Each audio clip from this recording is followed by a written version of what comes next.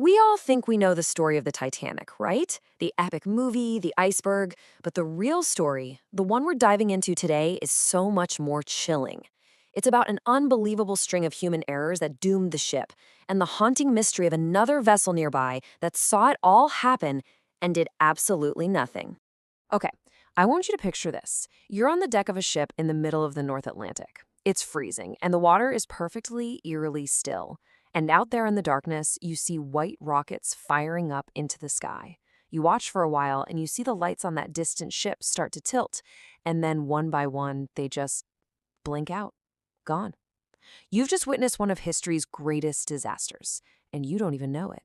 So that scene I just painted, that wasn't some hypothetical. That was the reality for the crew of the SS Californian. It's become known as the shadow ship of the Titanic disaster, a vessel close enough to have potentially saved hundreds of people. But instead, it just sat there, a silent witness in the night. It's a question that just hangs in the air, isn't it? How could that possibly happen? Well, to get to the answer, you have to understand the sheer blinding arrogance that built the Titanic in the first place. All right, so let's rewind the clock. We're going back to the early 1900s, a time of incredible ambition and a fierce, fierce rivalry playing out on the open seas. You had these two giants, the Cunard Line and the White Star Line, just battling it out. Cunard's ships were the fastest, the greyhounds of the ocean. So White Star decided to play a different game. Their strategy? Forget speed. Let's build something so big, so luxurious, it would make headlines all on its own. They planned three of them: the Olympic, the Britannic, and of course, the Titanic. And when we say big, it's almost hard to comprehend. The Titanic was just a monster, 882 feet long. To give you some perspective, that's like lining up 3 football fields from end zone to end zone. It was a floating skyscraper. Now, here was the ship's secret weapon, the piece of technology that made everyone so sure of themselves. It had 16 huge watertight compartments in its hull. The theory was simple. If you get a leak, you just seal off that section. Even if 4 of them flooded, the ship was engineered to stay afloat. It seemed absolutely foolproof. And this idea, it wasn't just marketing hype. People genuinely believed it. You had the vice president of the White Star Line himself, Philip Franklin, making this famous declaration. That's not just confidence, that's hubris. And it infected everyone associated with the ship. And that unsinkable tag came with a level of luxury the world had never seen on water. We're talking a heated pool, intricate wood carvings everywhere, a grand staircase that looked like it was pulled from a palace. The wealthiest people on the planet lined up to get a ticket, paying the modern equivalent of $100,000 for the privilege. But here's the thing about that kind of overconfidence: it can make you blind. And underneath all that gold and glamour, a whole series of small, seemingly insignificant human mistakes were starting to add up, creating the perfect storm. Get this, on the day of the sinking, the Titanic received seven separate warnings about icebergs from other ships. But these crucial warnings got lost in the system. Some weren't marked urgent, so they were put aside. Others got buried because the wireless operators were swamped sending personal telegrams for the wealthy passengers. The bridge was basically flying blind, and I mean that almost literally. The lookouts, the men whose entire job was to spot danger, didn't have binoculars. Why? Because the officer holding the key to the locker where they were stored forgot to hand it over before he left the ship in port. You can't make this stuff up. On top of that, the ocean was freakishly calm, which sounds good, but it meant no waves were breaking against the icebergs, making them nearly invisible. And through all this, the captain kept the ship steaming ahead at almost full speed, right into an area they knew was full of ice.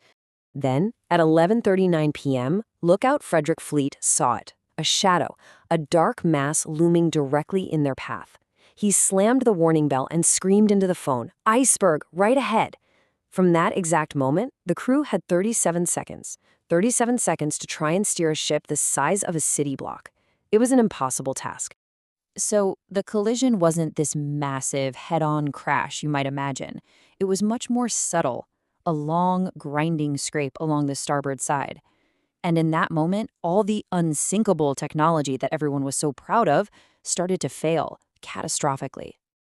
You see, the materials they used back then just weren't up to the task. The steel became incredibly brittle in the freezing Atlantic water, and the iron rivets holding the hull plates together, they were weak. As that ancient iceberg slid along the ship, those rivets just popped right off like buttons on a shirt, opening up 6 gashes below the waterline. And that's where the math becomes fatal. Remember those 16 watertight compartments? The ship was designed to float with 4 of them flooded. The iceberg damaged 5. But here's the kicker, the design flaw no one considered. The walls of those compartments didn't reach all the way to the top deck. So as the bow dipped down, water just started spilling over the top of one wall into the next compartment, and then the next, exactly like filling an ice cube tray. The unsinkable ship was sinking.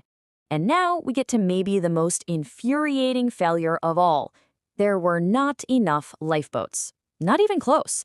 The company had actually reduced the number of lifeboats from the original design because they thought too many would clutter up the deck and ruin the aesthetic.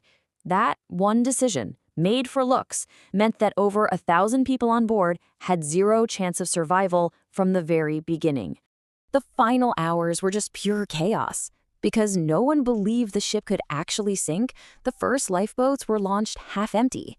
Down in third class, hundreds of immigrants were trapped in a maze of corridors. And then, at about 2:15 a.m., the strain on the ship's structure was just too great. The stern rose out of the water, and the entire ship groaned and then snapped in two before plunging to the bottom of the ocean. Which brings us back to that shadow ship, the SS Californian. Now that we understand the full scope of the horror that was happening just over the horizon, their inaction becomes even harder to stomach. They were only about 20 miles away. The crew on the Californian saw the white rockets the Titanic was firing. They saw them. But their captain dismissed them, maybe thinking it was some kind of party. And in the most tragic twist of all, their wireless operator had turned off his radio and gone to bed just minutes before the Titanic started sending its frantic SOS calls.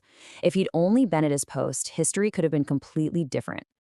The loss of more than 1,500 people was so shocking that it forced a complete revolution in maritime safety, literally overnight. Suddenly, there were new international laws requiring lifeboats for every single person. Radio rooms had to be manned 24/7. Distress signals were standardized. The safety regulations that protect every ship on the sea today were written in the wake of this one disaster. For 73 years, the ship was just a legend at the bottom of the sea. It was finally discovered in 1985, 2.5 miles down. But even this incredible monument is fading. The ocean is slowly consuming the wreck, and scientists believe that by 2030, there might not be nothing left of it at all. Ultimately, the story of the Titanic is so much more than a historical event. It's a brutal, timeless lesson about arrogance, about overconfidence, and about what happens when we think we're invincible. And it leaves us with a really important question.